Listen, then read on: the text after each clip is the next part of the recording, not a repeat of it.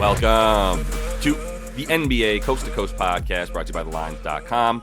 Coming to you from the West Coast, Josh Lander, joined once again by Nate Weitzer, back in action on the East Coast. And we are looking at Friday to close the week out here for you guys with some NBA best bets. We've also got Play At Props up in another video, so make sure to like and subscribe to that page and continue to follow along. Also, head to thelines.com. Use everything we've got up on the site for you, including that odds finder tool to make sure you're getting the best odds and juice available to you from all these books giving us bets this NBA season. Nate, welcome back to the show. Let's go ahead and kick it off with your first best bet for tonight. Thank you, sir. This line came out incorrectly last night. The Sixers at Rockets came out as a total of 216 and has been hammered up 8 points to 224. I will still take the over here, and I think you can split a unit on. Actually, I would put more on the over than on the Sixers to win this game, even though I do kind of trust them on the money line here. Maybe you want to parlay the two, split it however you want, because look, we knew last night the Rockets were going to be without Dillon Brooks and Jabari Smith, and that they're playing their third game in 4 nights, and that their defense has kind of, fallen off after the initial lift from Ime Udoka getting the most out of these guys. They're just starting to be at least average. I mean, even if you're an average defensive team in the NBA, like 220 is a fine outcome when you're talking about a Sixers team that can still put the ball in the basket without Joel Embiid. So he's out.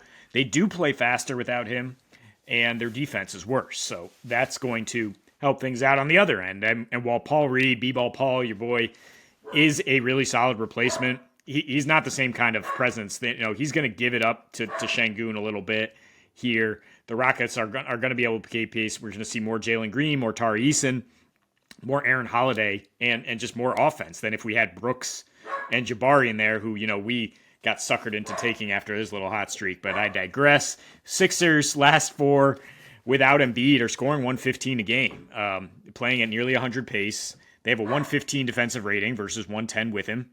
Houston lately at home, after that incredible start defensively at home, last 4 giving up 120 a game, and that includes the skewed 96 they allowed to the Luka-less Mavs, who cannot score without Luka. So in the other 3 games, they gave up 53 pointers to Atlanta, Indy, and Phoenix. This was a team that was number 1 in 3-point defense. They have the 3rd worst opponent's effective field goal percentage in their last 3 overall. Philly, lower assist rate, but able to hit more threes without Embiid, and Maxey is just going to be the focal point here. He's had success against Fred VanVleet, who's a guy who can kind of stymie certain guards, but he's just too fast. His last 4 against FEV in Toronto, 30 points per game on 65, 60, 90 splits. That includes just a 13-point game when he had to suit up next to Harden and only got 8 field goal attempts. Now he's cooking. Now Tobias is cooking, had 33 in his last game without Embiid, stepping into that expanded role. And just the trends we see fit this year. Houston is 4-1 to the over against the East. Philly 5-2 to the West. And Philly is 3-0 straight up with a rest advantage. I just mentioned how Houston's playing a lot of games here in a 4-night stretch. So like the Sixers, but I think I like the over even more.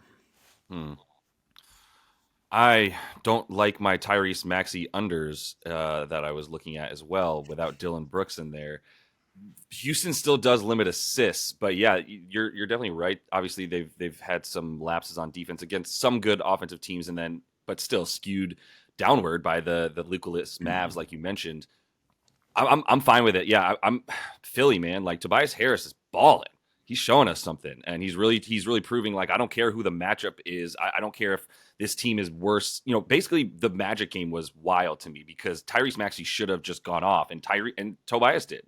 And Tyrese still had a decent game, but not for himself, right? Like he went well under for his overall props because they got pretty high.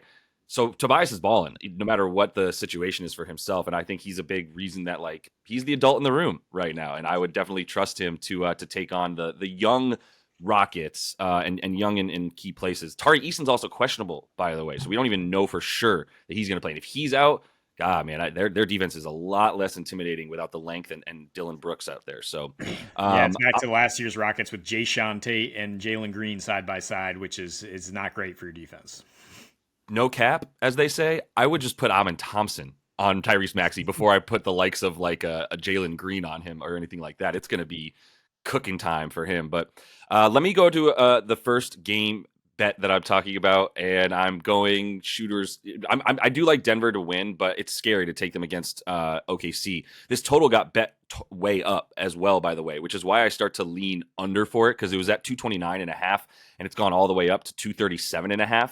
And that's where I start to go, okay, I can see this game at 235, but once we start putting it at like a 238 line for the total, now I lean under. And I do think I prefer that to the, I know I prefer that to just taking Denver because of how freaking good OKC is right now. And Aaron Gordon is going to be out for a bit, as we saw with a dog bite situation that happened on Christmas, and so he's out indefinitely right now with like mad stitches in his hands and such. So I do prefer the under to the taking Denver.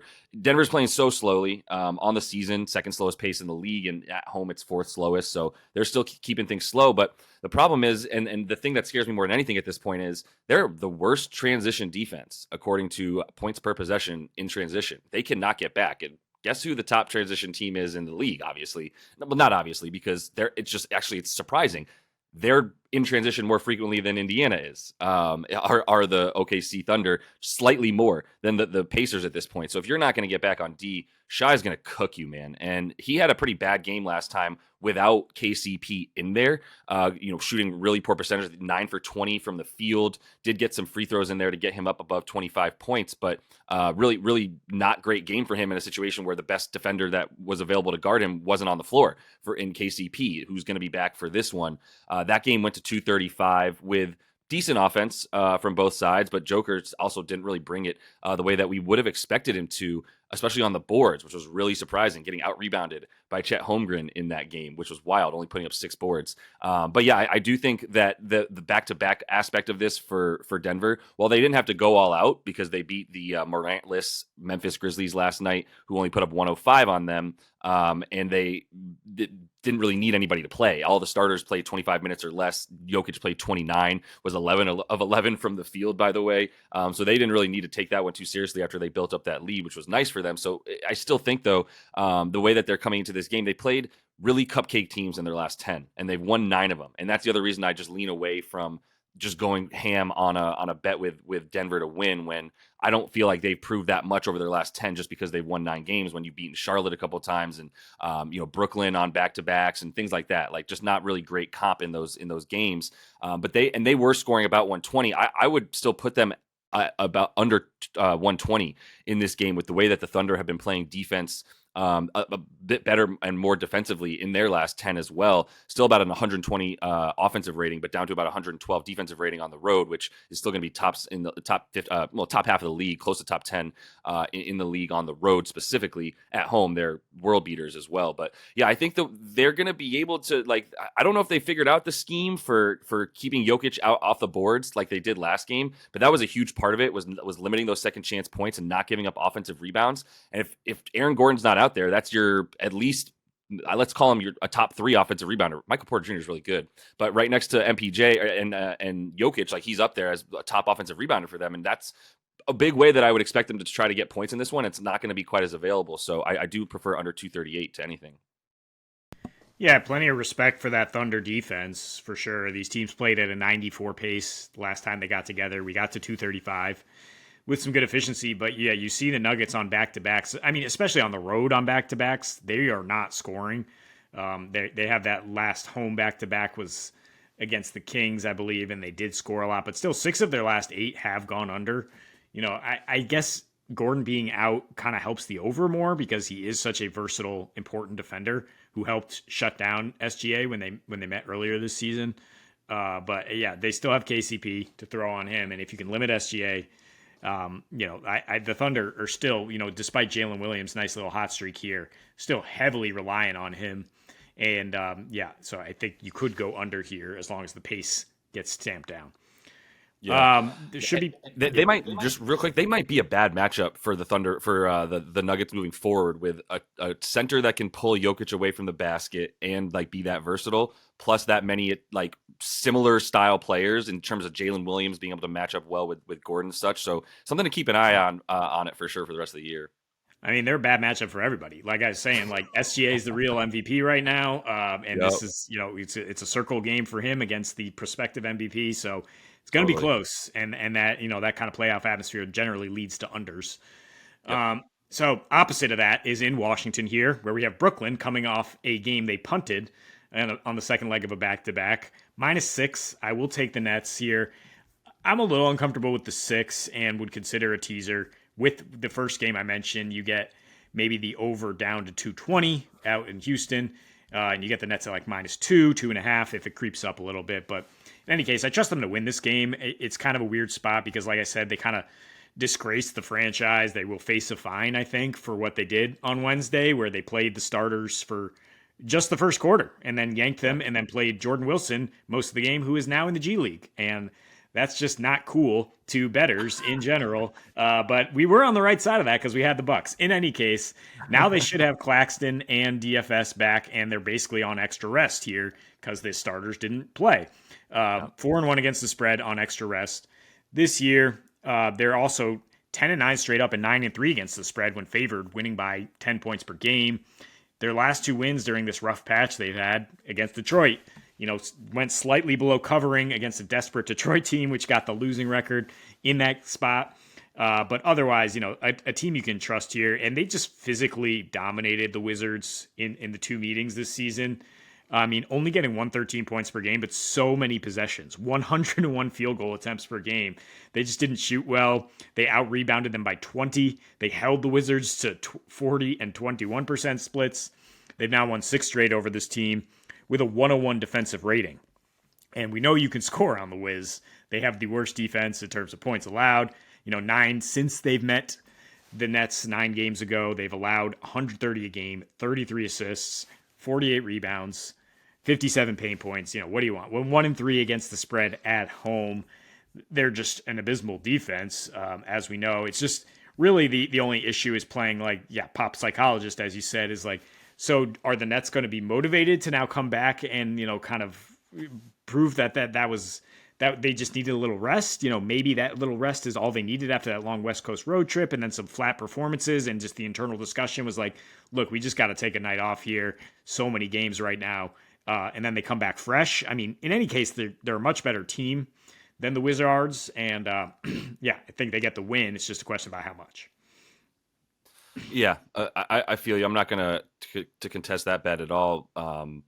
Fade the Wizards. That they randomly show up against bad teams, and the Nets probably still a bottom half team, but still still good enough to handle this team with their stars out there. It should be a good matchup for them too, with the way that the Wizards score from the wings mostly. And obviously, ton of threes as well, but awful defense. So yeah, I'm with that bet.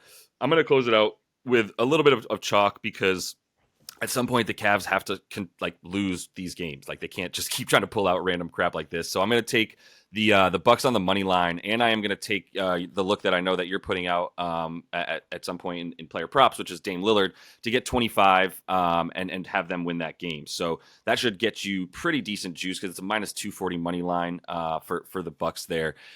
And Donnie's questionable. That's fine. Dame to get the 25. I'll let you do most of that talking in the player props video. But it's where you score on the Cavs, even with Mobley out and just Jared Allen down there, and a bit less intimidating as well when you get George Niang on the floor, who's pretty slow right now. We'll say for him, a pretty good stretch the floor big, but in terms on offense, but yeah, on defense can be a bit more of a liability if you're able to get around him. And I do believe that guys like Giannis is just going to have a field day as well. He is probable now, Giannis, so he's definitely looks like he's going to play in this one.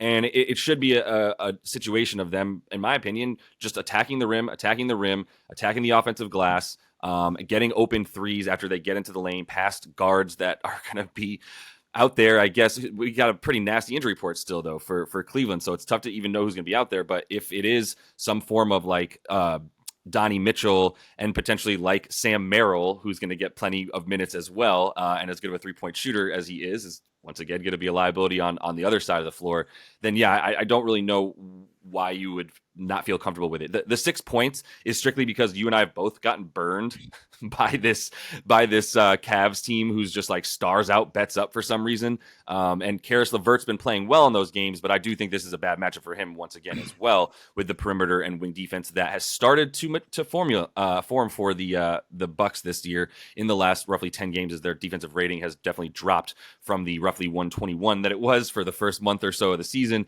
back down into like the realm of about 115, 114 and a half. So that's why I feel fine with. They're going to have no trouble scoring, and they should, unless they go completely cold from three, but they should just be able to continue to attack and Giannis with the free throws, etc. So Yeah, I mean, you could probably get Giannis involved with this parlay, even like 25 plus or 10 plus rebounds to get you some extra juice. Even though those are kind of short odds, I'm sure. But yeah, I mean, the Cavs, why are they successful? It's just the sum of their parts thing, right? You take out Mobley, but you replace him with Dean Wade. You replace him with more Niang and just guys that are tough and annoying to play against. Is kind of the look that Giannis is going to turn the ball over. He's going to get into spots he doesn't really want to because of the low leverage those guys play. Kind of like a Grant Williams who gave him some trouble when he was on the Celtics. So I expect more Dame against LeVert, who's going to have to be out there for his offense, and Craig Porter Jr., who's just not experienced. Dame, has had a lot of success against this Cavs team when they had Garland out there, and their point guard defense has kind of fallen off without him. So that's why I'm looking that way in player props. And I'll just throw out there, like, we don't know if Ja's playing right now because it was back-to-back last night, and it was just an unspecified illness. It's possible he just kind of sat out for management.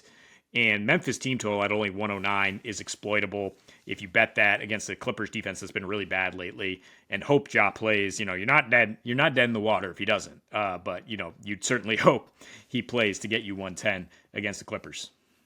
I do think it's worth it to wait. That's my only take on it, is like, if Ja plays, I don't see it going up like crazy high necessarily just because of that, right? Like it might go up to like 110 and a half, max 111 and a half. And Ja in there with that, I almost feel more secure going, okay, I know Ja's playing. They have to score 112 versus I don't know if Ja's playing and they need to score 110. That's my particular take on it. But you can wait, right? Like you just wait and see if you'd rather. If you do want to get ahead of a couple points and be sharp like that, like Nate's saying, then yeah, betting it now is the play, right? So yeah, for sure. Anyway, that is all the time we have for you, and an awkward ending between Nate and myself. This is Best Bets. We've also got the play of props up for you guys, so continue to follow along. Check those out as well. And until we see you next, happy betting.